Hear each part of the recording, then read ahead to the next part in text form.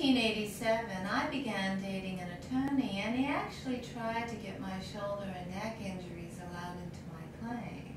But after 2 years, the state bars injured workers from getting any additional allowances unless you can prove a failure to diagnose. And my case depended on it. When my boyfriend began asking area doctors to evaluate my shoulder and neck injuries, they began to warn him that he was about to ruin his career.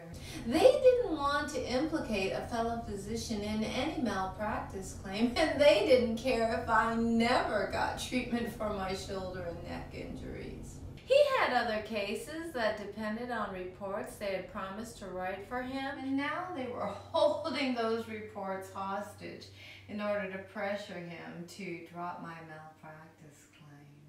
It worked. In no time, he was coming home from work in a total rage, telling me that I was ruining all his other cases.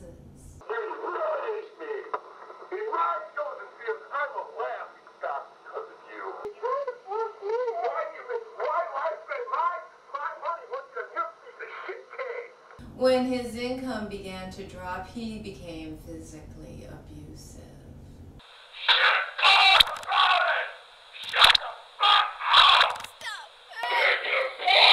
I wanted to hit you in the face so hard, I wanted to fucking strangle you to death. One day, he had me on my living room floor, and he was just pummeling my face. I would have liked to have just kicked you in the face until you were dead.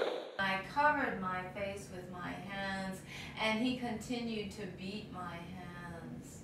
Then he started strangling me until I was unconscious. When I woke, he had fled, and I had to take myself to the emergency room, and the doctor there took one look at me and told me he was required by law to report my injuries to the police.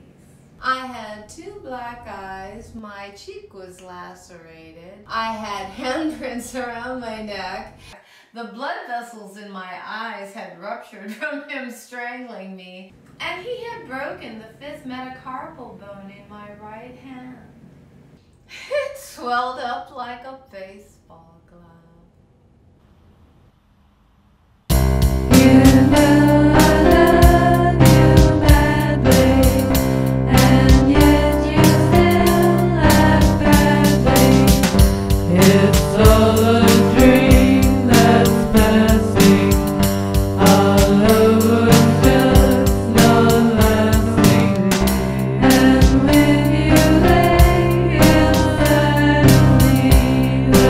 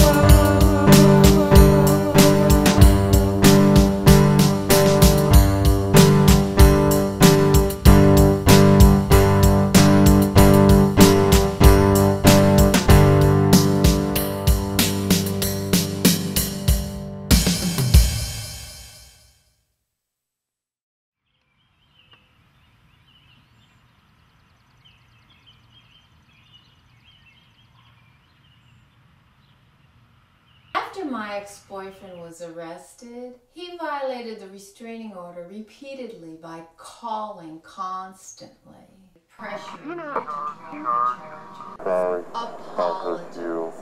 I don't want to ever hurt you. I love you. Please stop it there.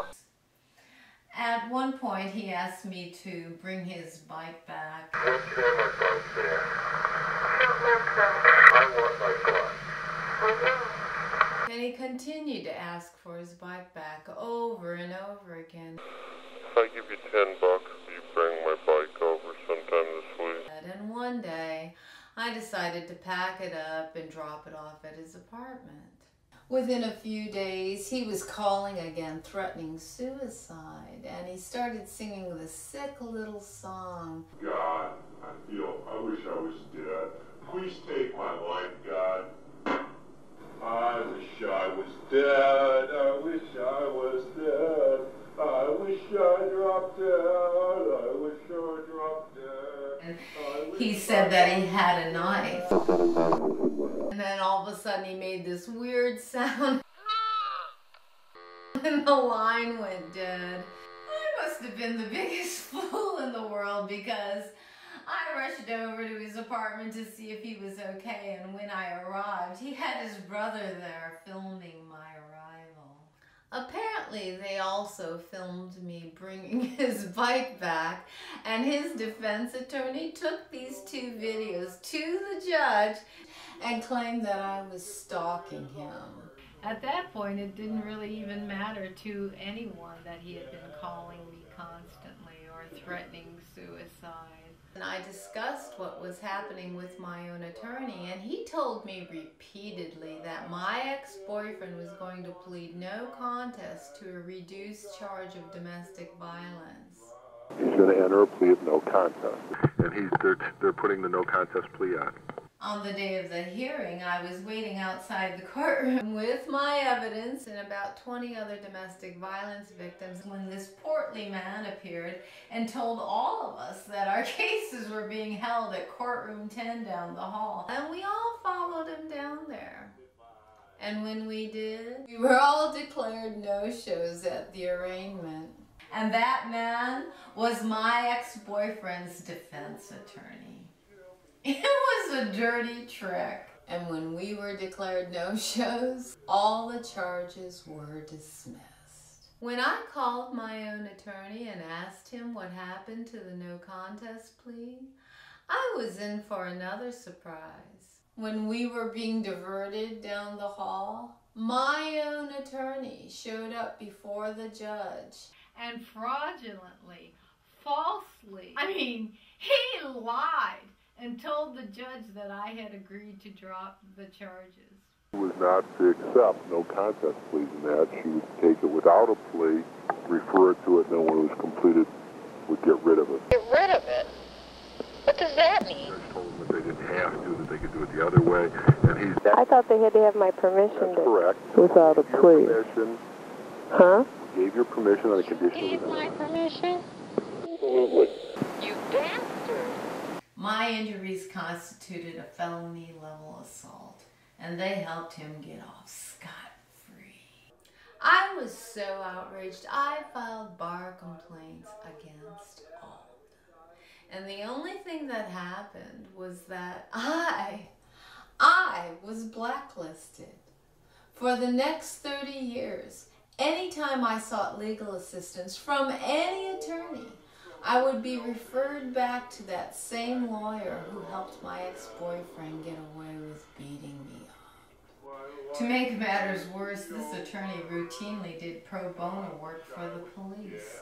So anytime I had anything happen to me, if somebody hit me with their car, somebody vandalized my property, one time I was robbed in the park, the police never did anything about it.